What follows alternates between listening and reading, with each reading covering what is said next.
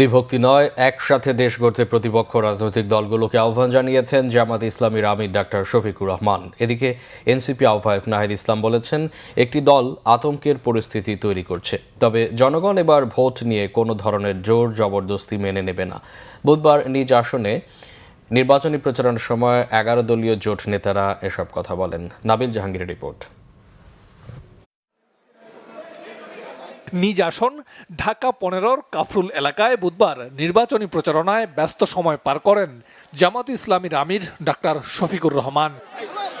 রাস্তাঘাটের সংস্কার ও স্থানীয় বাসিন্দাদের জীবনযাত্রার মান উন্নয়নের প্রতিশ্রুতি দেন তিনি। বিভক্তি ভুলে হিংসা বিদ্বেষ বাদ দিয়ে ঐক্যবদ্ধভাবে দেশ গড়ার আহ্বান জানান অন্য দলগুলোর প্রতি।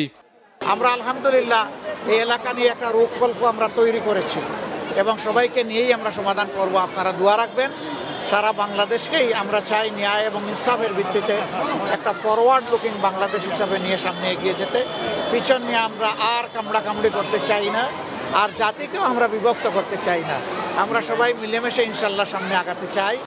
এ সময় হা ভোটের পক্ষেও জনমত গঠনে প্রচার চালান জামায়াতের আমির। লেভেল প্লেইং ফিল্ড আমরা সবাই মিলে করে ফেলবো ইনশাল্লাহ, চিন্তা করবেন। এদিকে বুধবার সকালে রাজধানীর হাতিরঝিলে নির্বাচনী প্রচারণা চালান এনসিপির আহ্বায়ক ও ঢাকা 11 আসনের 11 দলীয় জোটের প্রার্থী নাহিদ ইসলাম।